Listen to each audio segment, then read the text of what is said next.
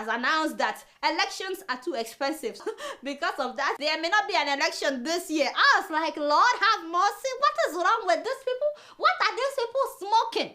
Congo was supposed to have an election last year, November. Remember, the man postponed it to this year, and now he's telling us that elections are too expensive. Father, I said, Lord, you know my people in Congo, this is what we call one chance in Nigeria. I don't think this one will live willingly. I don't think he will live willingly. You may have to kick him out. Me, I'm just saying my own. And speaking of Congo, 25 Hutus were massacred last week by militiamen from the Nande ethnic group in Eastern Democratic Republic of Congo. Keep in mind that Eastern Congo is bordering Rwanda. Hutus were the people that came from Rwanda during the genocide. Many of them have been living in Congo since that time, and Eastern Congo is also where the bulk of the natural resources are located. Not only that, a video surfaced last week where soldiers, military men in uniform, were seen shooting at unarmed civilians in the Kasai Central Province. I mean, it's a graphic video, I can't really show it, but it's been circulating online. I'm like, how is it possible that soldiers would just be shooting at random civilians? And one of the soldiers was actually the one that filmed it. He was saying in a video that, look at them dying like animals. It's really sad that this is still happening. Human Rights Watch has been on top of this. Everybody has been condemning it. Only for a Congolese official to come out and say, oh, this did not even happen in Congo. Even when people could hear the soldiers speaking Congolese language. This is so not right. The president needs to wake up. All these politics that he's playing, telling people that election is expensive, he doesn't want to leave, and they are killing innocent people. This needs to stop. Guess what? I'm just keeping it real.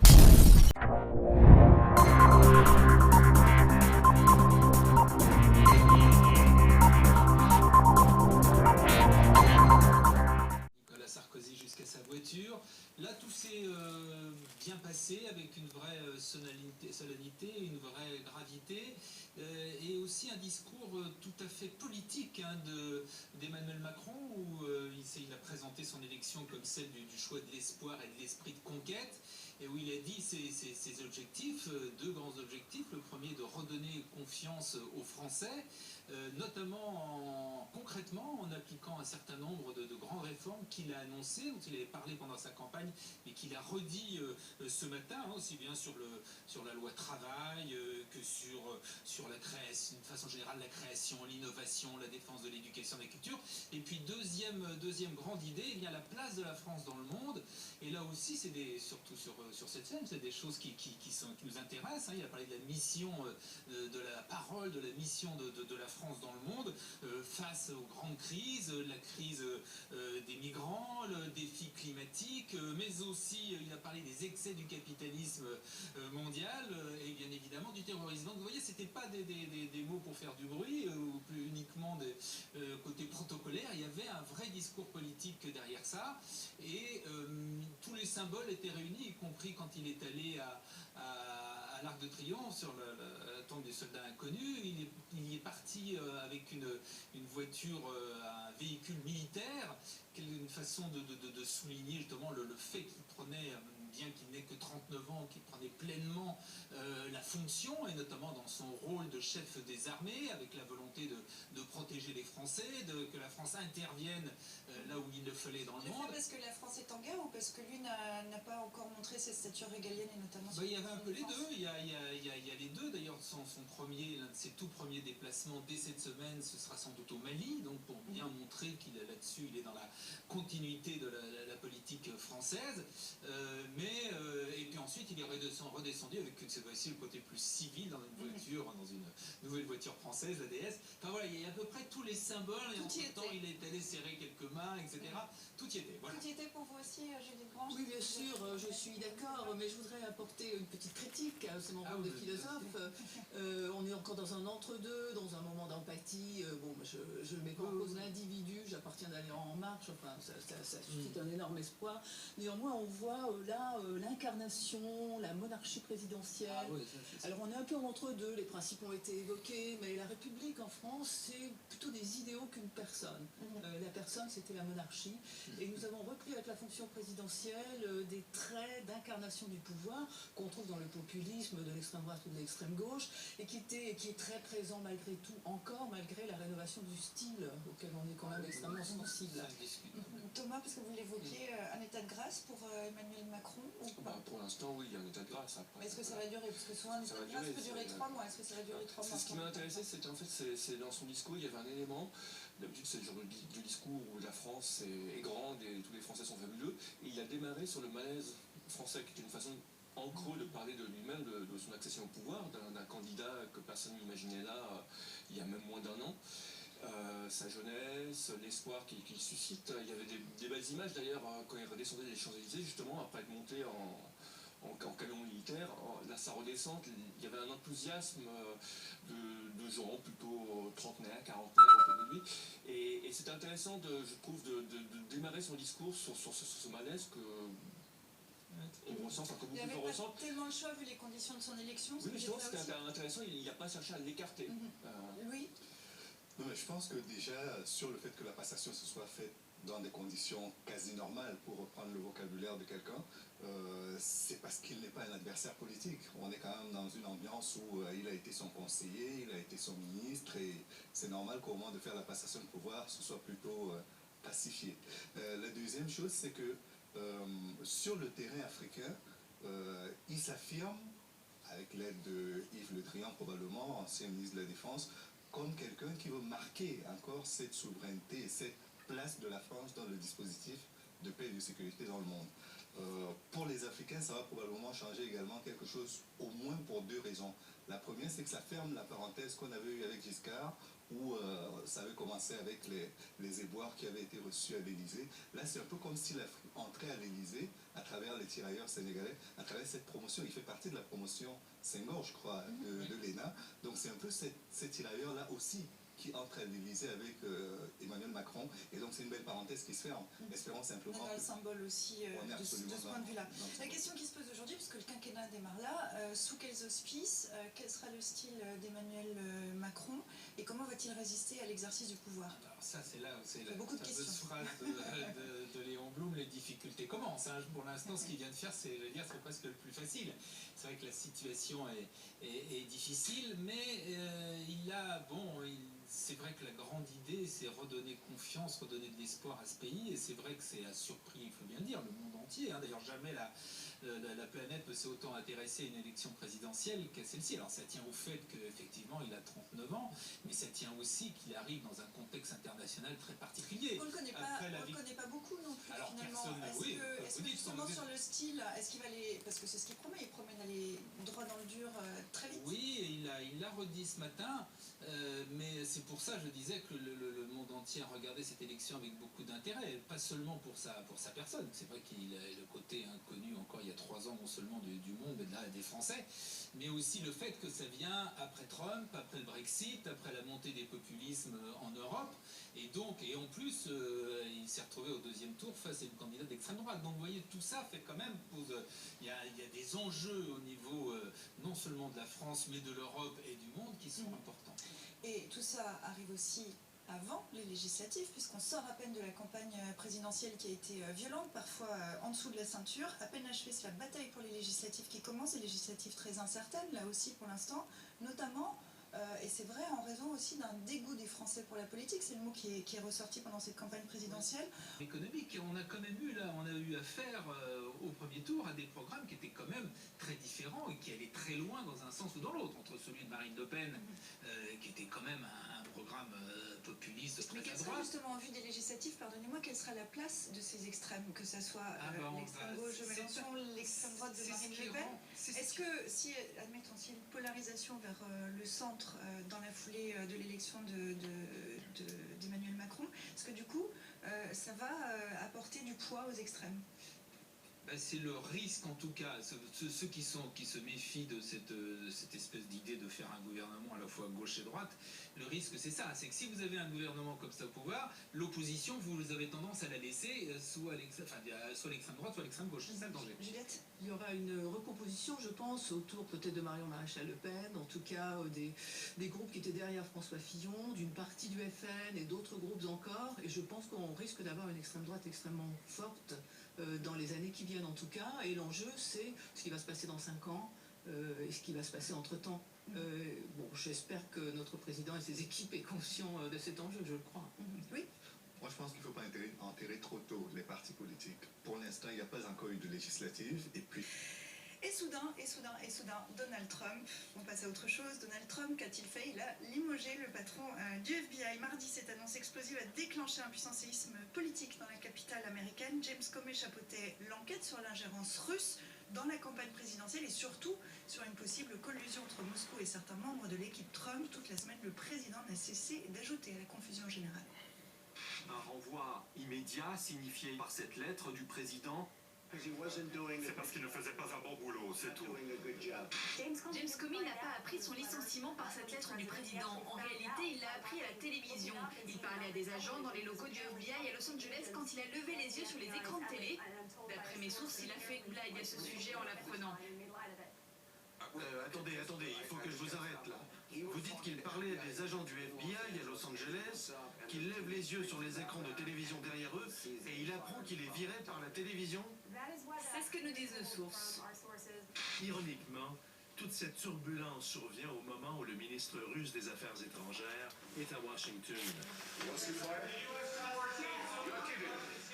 Donald Trump était aussi tout sourire avec l'ambassadeur russe, Sergueï Kislyak. Quand j'ai décidé de le renvoyer, je me suis dit cette histoire de Russie et de Trump, c'est un coup monté. Je lui ai dit, pouvez-vous me dire si je suis personnellement visé par l'enquête? Il m'a répondu non. Ses adversaires y voient là une forme de pression sur la justice. Une nouvelle fois, un tweet du président et Washington s'enflamme. James Comey ferait bien d'espérer qu'il n'existe pas d'enregistrement de nos conversations avant qu'il ne commence à organiser des fuites dans la presse.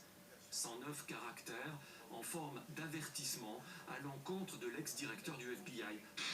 Alors pour certains observateurs, Donald Trump a franchi la ligne rouge avec ce dernier tweet qu'on vient de voir. L'idée d'une destitution est revenue en force cette semaine. Thomas, est-ce que Donald Trump est en train de précipiter sa chute? C'est une semaine noire pour lui. C'était une succession de mauvais indicateurs sont au rouge avec plusieurs blocages persistants. Le rapatriement du cercueil de l'opposant historique à nouveau reporté, Étienne Tshisekedi, un nouveau gouvernement calqué sur le précédent qui fait des mécontents, et puis les violences au Kasaï désormais invoquées par la commission électorale. Des organisations de la société civile lancent donc une campagne pour inviter les Congolais à se mobiliser. Reportage à Kinshasa de notre correspondante Francine Mokoko avec Ilham Taufiki. Des écharpes aux couleurs du drapeau national. Tous les Congolais sont invités à arborer du bleu, du jaune et du rouge pour réclamer les élections en 2017. Une campagne lancée en début de semaine par un collectif d'une trentaine d'ONG. Les buts étant Fidèle du président Kabila. Et ici à Kinshasa, personne ne semble y pouvoir grand-chose. Ce sont des manœuvres qui sont en train de créer pour se maintenir au pouvoir. Il n'y a rien de nouveau. Critique et résignation, tout comme chez les instigateurs de la campagne pour des élections en 2017. Les organisateurs nous avouent sensibiliser la population loin des regards. Il disait que cette présidentielle risquait d'être reportée en raison des violences de groupes armés dans le centre de la RDC, référence aux violences dans le Kasaï. Est-ce que le pouvoir est en train de jouer un autre de ces tours de passe-passe? Non, là, il n'a même plus besoin de jouer un tour de passe-passe. Vous auriez pu ajouter à la situation d'urgence Ebola qui s'est déclarée dans le nord du pays. On est dans un schéma qui a été prévu par le président Kabila et sa majorité. Ça fait 16 ans qu'il est à la tête de ce pays. Il est arrivé et on a dit que c'était l'an zéro de la démocratie en RDC. Ça fait 4 mois qu'il a dépassé le mandat qui lui avait été accordé et que l'opposition, malheureusement, n'arrive pas à s'accorder sur la manière de gérer cet après-mandat. Parce que donc il y a eu un accord le 31 décembre, l'accord de la Saint-Sylvestre, qui dit que des élections doivent être organisées avant la fin de l'année. Est-ce que l'idée maintenant fait son chemin en RDC que cette présidentielle, ces élections n'auront pas lieu? l'idée, c'est qu'on arrive à organiser des élections à la fin de l'année, c'est-à-dire au plus tard en décembre, le 19 décembre 2017, mais on est très mal parti pour, parce que il n'y a pas suffisamment de moyens pour le faire, il n'y a pas d'entente au niveau des partis politiques. Rappelons quand même, Jean-Pierre Bemba était le président du MLC, ce parti s'est liquéfié complètement. Aujourd'hui, l'UDPS, qui est incarné par Étienne Tshisekedi, est en voie également d'implosion.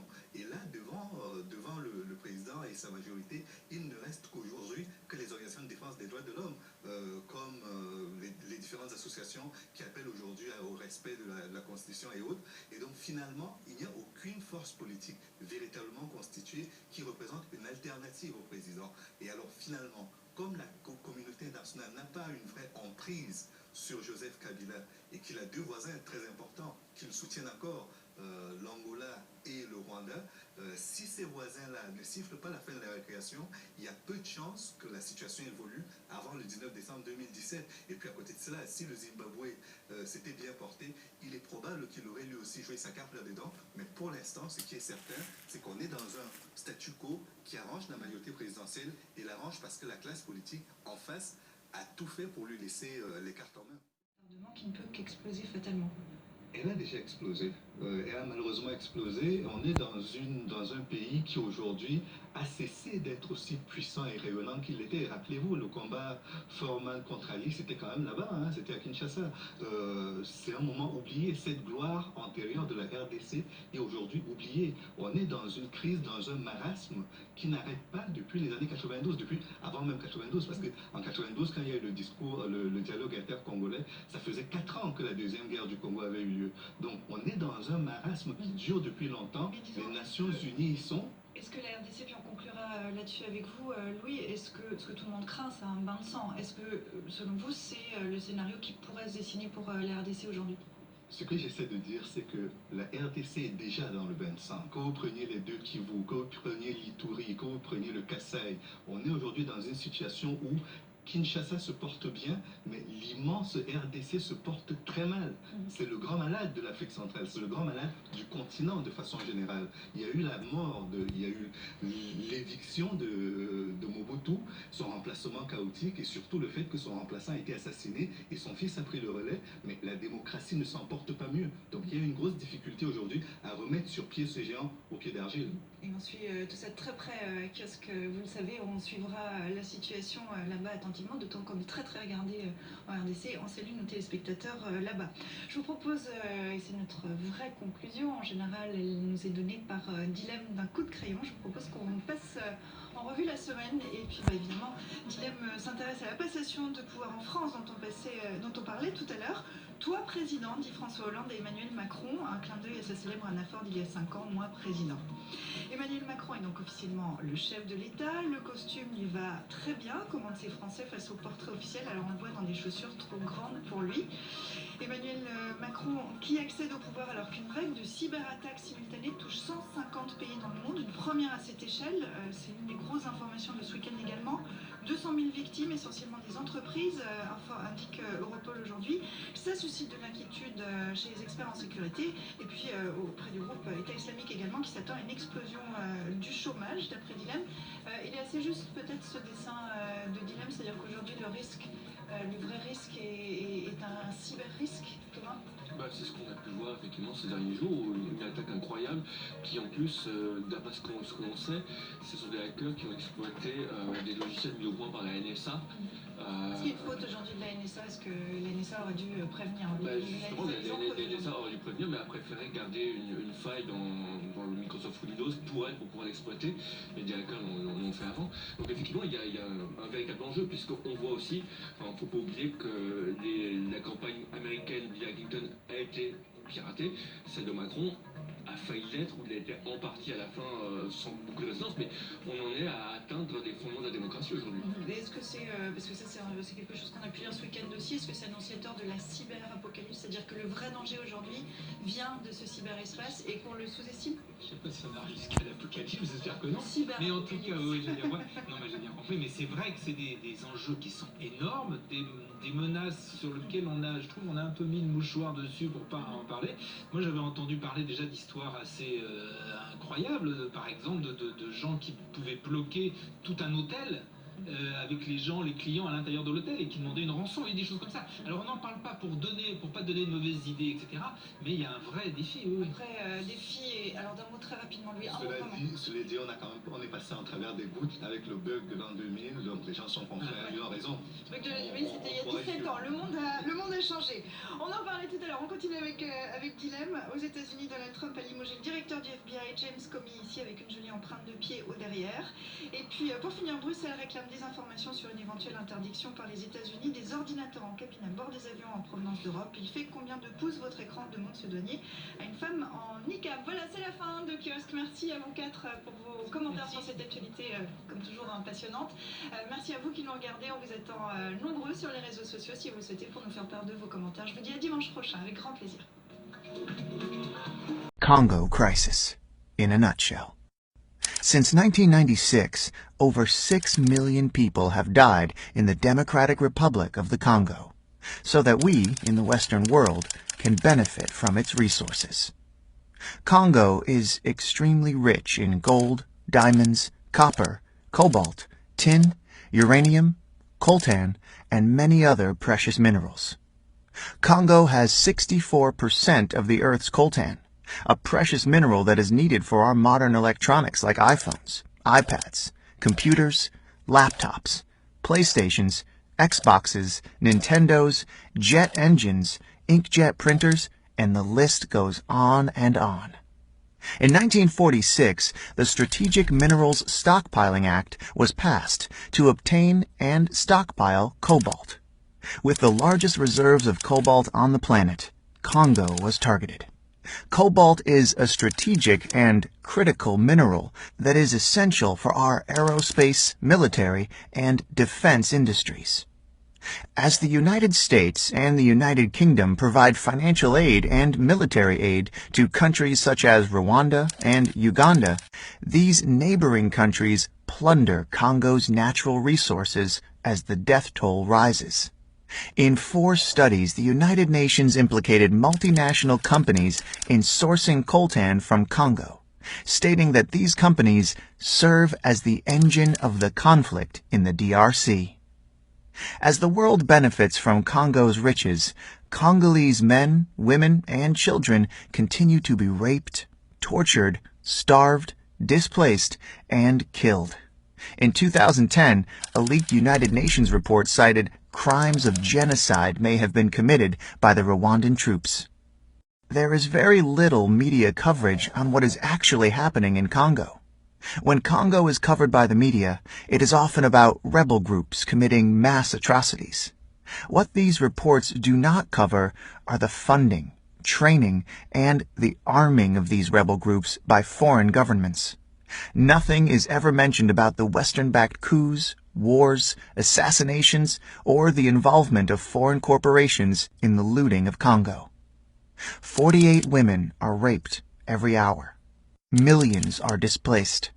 Over 6 million dead. Half are children under the age of 5. What is happening in Congo is a silent holocaust.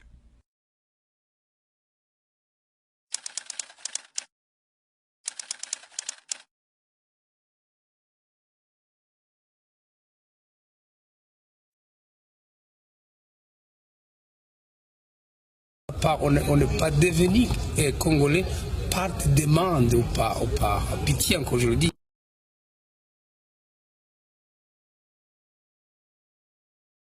On n'est pas devenu congolais par demande ou par pitié, encore je le dis. Non, c'est des questions de droit.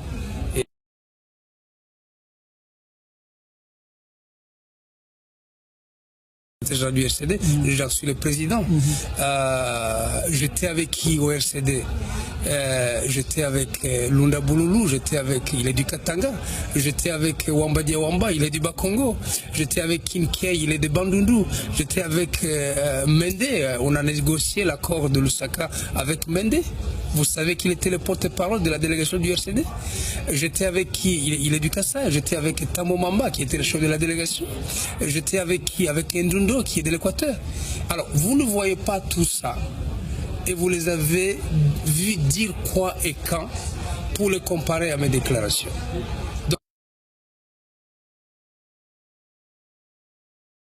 Mais il y a eu des alliés. Et si le Rwanda nous a soutenus, vous avez entendu Jean-Pierre Bemba condamner l'Ouganda qui les soutenait, et il est étranger pour n'avoir pas condamné l'Ouganda pour cette guerre-là. De là, on peut dire que vous êtes aujourd'hui responsable de tout ce qui se passe à l'est du pays, parce que c'est vous qui étiez le déclencheur de ces mouvements. Prochaine. Préparez vos questions. D'accord. Je pense que les gens nous devons lire l'histoire correctement. Et l'histoire immédiate est souvent plus difficile à lire. Je vous donnerai mon point de vue à ce sujet. Je ne reconnais pas de responsabilité au-delà de celles que j'ai assumées. Elles sont gonflées aujourd'hui. La guerre, c'est la guerre. Donc on ne peut pas dire que la guerre est sur le registre des choses idéales, sauf quand elle s'impose. Il n'y a pas longtemps, les évêques ont sorti l'article 64. L'opposition est sautée dessus. Mais c'était pour dire quoi? L'idée est venue de la conférence nationale souveraine. Lorsqu'un pouvoir veut s'installer de façon inappropriée, on peut utiliser la force. C'est de ça qu'il s'agit. Donc, finalement, les choses ne sont pas aussi simples que vous le croyez. Laissez-moi partir. Merci beaucoup. En tout cas, ça a été un plaisir de vous avoir sur notre plateau. On espère vous recevoir encore. Merci. Merci beaucoup. Laissez-moi partir. Merci beaucoup. En tout cas, ça a été un plaisir de vous avoir sur notre plateau. On espère vous recevoir encore. Merci. Merci beaucoup.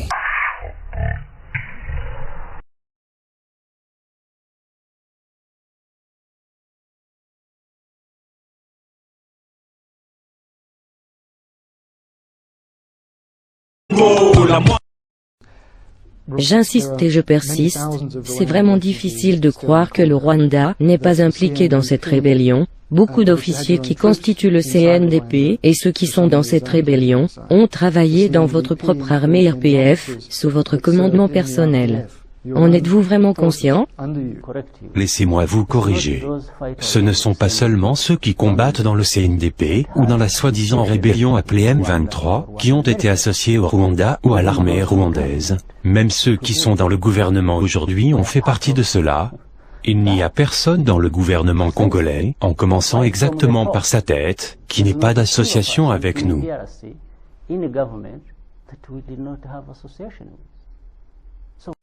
J'insiste et je persiste. J'insiste et je persiste. J'insiste et je persiste. Laissez-moi vous corriger. Laissez-moi vous corriger. Laissez-moi vous corriger. J'insiste et je persiste. Laissez-moi vous corriger. Il n'y a personne dans le gouvernement congolais, en commençant exactement par sa tête. J'insiste et je persiste. Il n'y a personne dans le gouvernement congolais, en commençant exactement par sa tête, qui n'ait pas d'association avec nous.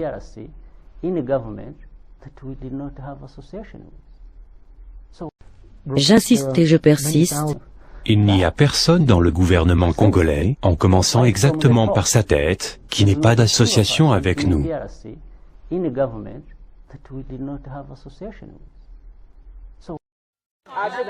Le cordon ombilical toujours attaché au placenta, la tête doublement enveloppée d'un sachet et d'un chiffon, tous deux solidement attachés autour du cou comme pour l'étrangler et l'asphyxier. C'est dans ces conditions pitoyables qui ne lui laissaient pas plus de chances de survie que de mort que ce bébé a été retrouvé couvert d'herbes, de mouches et de fourmis par une bonne samaritaine de passage après avoir été abandonné par sa génitrice dans une carrière de latérite au quartier Paris. Je voulais partir en brousse. Arrivé là, j'ai compris seulement le pleur de l'enfant. J'ai demandé.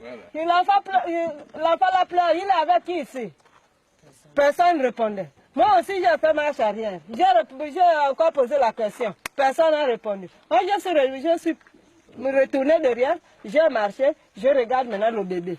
C'est là où j'ai dit, venez, il y a une femme qui est venue accoucher l'enfant ici. Se répandant telle une traînée de poudre, la nouvelle ne tardera pas à attirer de nombreux habitants du quartier.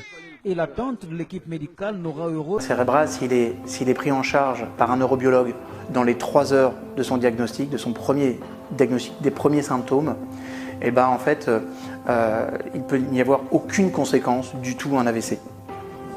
Ce que vous devez savoir aussi, c'est qu'un AVC, ça peut déclencher deux choses. Ou bien ça déclenche la mort, ou bien ça déclenche, la conséquence, ça va être un handicap. Un AVC, c'est quoi? C'est en fait, c'est un caillot de sang qui va monter dans une des veines, qui alimente le cerveau, et donc c'est toute une zone du cerveau qui ne sera plus alimentée, ni en nutriments, ni en sang, ni en oxygène. Et donc, la conséquence, comme je vous l'ai dit, c'est ou la mort, ou un handicap qui sera lié à la zone qui a été touchée. Maintenant, on connaît tous autour de nous, on a tous autour de nous des personnes qui ont été touchées par des AVC. Il suffit simplement de parler autour de nous et très rapidement vous aurez un oncle, une tante, un cousin qui a eu un AVC. Et moi ce que je veux aujourd'hui c'est vous aider vraiment à pouvoir, si vous avez quelqu'un autour de vous qui a un problème, tout de suite, ne serait-ce que lui donner le réflexe de consulter. La dernière fois je parlais avec un ami qui me disait qu'il avait une de ses copines qui un soir était à un barbecue et cette copine en fait elle était en train de manger avec tout le monde et à un moment donné elle a mis un genou à terre.